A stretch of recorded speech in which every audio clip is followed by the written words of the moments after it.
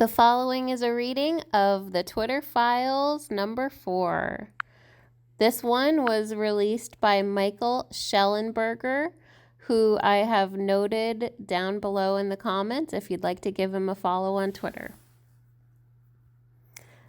Please, if you can, like and subscribe so that we can get this information out there. And here we go. Twitter Files, Part 4. The removal of Donald Trump, January 7th. As the pressure builds, Twitter executives build the case for a permanent ban. On January 7th, senior Twitter execs create justifications to ban Trump, seek a change of policy for Trump alone, distinct from other political leaders, express no concern for the free speech or democracy implications of a ban. This Twitter Files is reported with I. Woodhouse. For those catching up, please see Part 1, where M. Taibbi documents how senior Twitter executives violated their own policies to prevent the spread of accurate information about Hunter Biden's laptop. Also, please see Part 2, where Bari Weiss shows how senior Twitter execs created secret blacklists to de-amplify disfavored Twitter users, not just specific tweets. And please also see Part 3, where M. Taibbi documents how senior Twitter execs censored tweets by Trump in the run-up to the November 2020 election while regularly engaging with representatives of U.S. government law enforcement agencies. For years, Twitter had resisted calls to ban Trump. Blocking a world leader from Twitter, it wrote in 2018, would hide important info and hamper necessary discussion around their words and actions. But after the events of January 6th, the internal and external pressure on Twitter CEO Jack grows. Former First Lady Michelle Obama, tech journalist Kara Swisher, at ADL, high-tech VC Chris Sacca, and many others publicly call on Twitter to permanently ban Trump. Dorsey was on vacation in French Polynesia the week of January 4th through 8th, 2021. He phoned into meetings, but also delegated much of the handling of the situation to senior execs Yo Yol, Twitter's global head of trust and safety, and Vijaya, head of legal, policy, and trust. As context, it's important to understand that Twitter's staff and senior execs were overwhelmingly progressive. In 2018, 96% of Twitter's staff's political donations went to Democrats. In 2020, the donations were to Democrats 96%. And in 2022, 99% of Twitter's staff's political donations went to Democrats. In 2017, Roth tweeted that there were actual Nazis in the White House. In April 2022, Roth told a colleague that his goal is to drive change in the world, which is why he decided not to become an academic. On January 7th, at Jack's emails, he emailed employees saying Twitter needs to remain consistent in its policies, including the right of users to return to Twitter after a temporary suspension. After Roth reassures an employee that people who care about this aren't happy with where we are. Around 11:30 a.m. PT, Roth DMs his colleagues with news that he is excited to share. Guess what, he writes. Jack just approved repeat offender for civic integrity. The new approach would create a system where 5 violations or strikes would result in permanent suspension. Progress, exclaims a member of Roth's trust and safety team. The exchange between Roth and his colleagues makes clear that they had been pushing Jack for greater restrictions on the speech Twitter allows around elections. The colleague wants to know if the decision means Trump can finally be banned. The person asks, does the incitement to violence aspect change that calculus? Roth says it doesn't.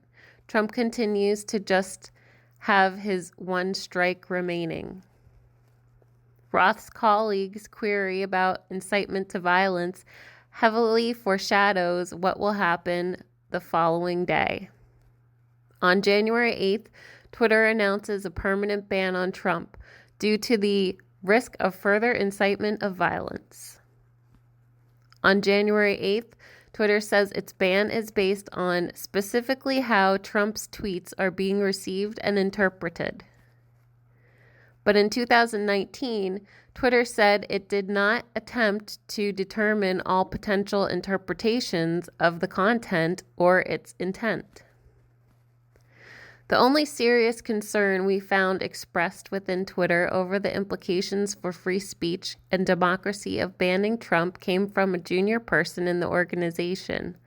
It was tucked away in a lower-level Slack channel known as Site Integrity Auto.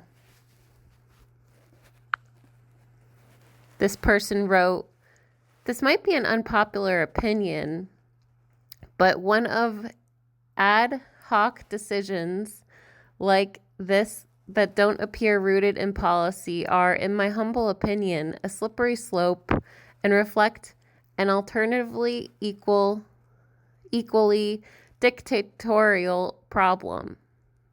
This now appears to be a fiat by an online platform CEO with a global presence that can gatekeep speech for the entire world, which seems unsustainable." Twitter employees use the term one-off frequently in their Slack discussions.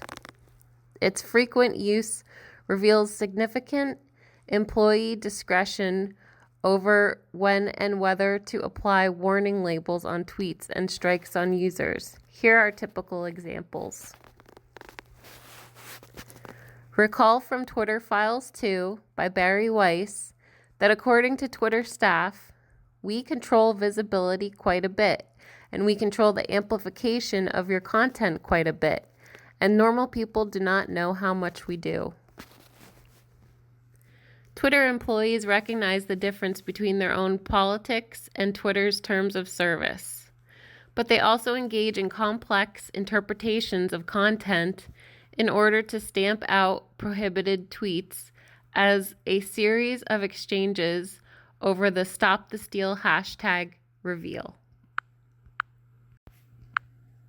Roth immediately DMs a colleague to ask that they add Stop the Steal and QAnon conspiracy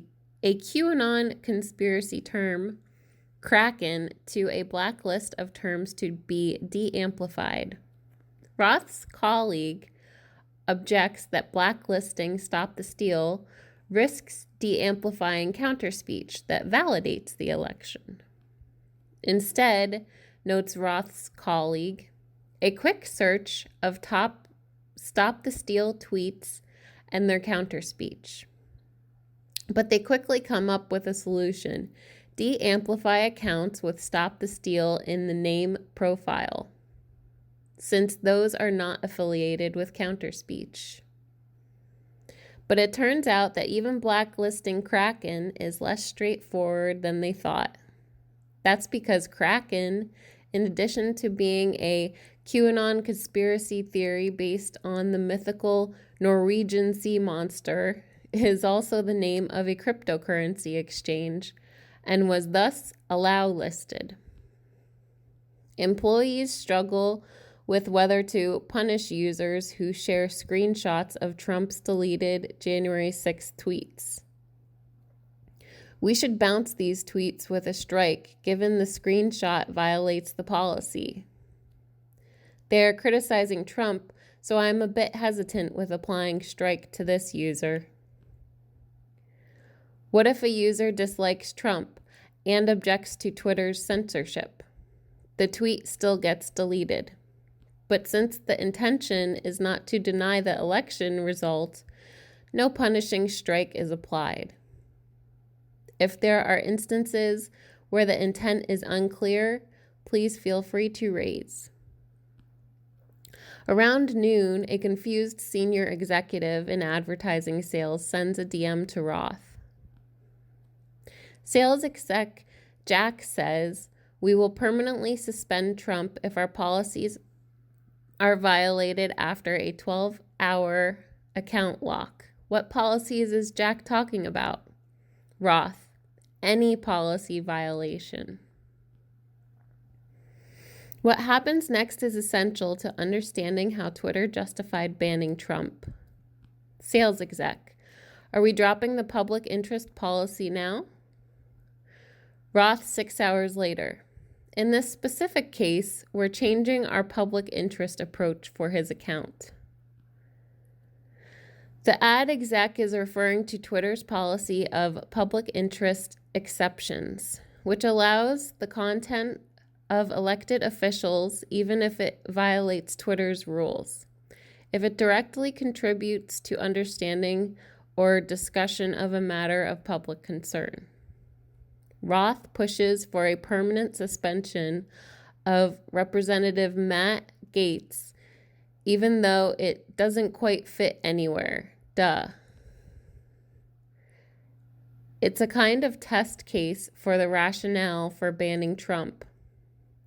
I'm trying to talk Twitter's safety team into removal as a conspiracy that incites violence. Around 2:30, comms execs DM Roth to say they don't want to make a big deal of the QAnon ban to the media because they fear, if we push this, it looks like we're trying to offer up something in place of the thing everyone wants, meaning a Trump ban.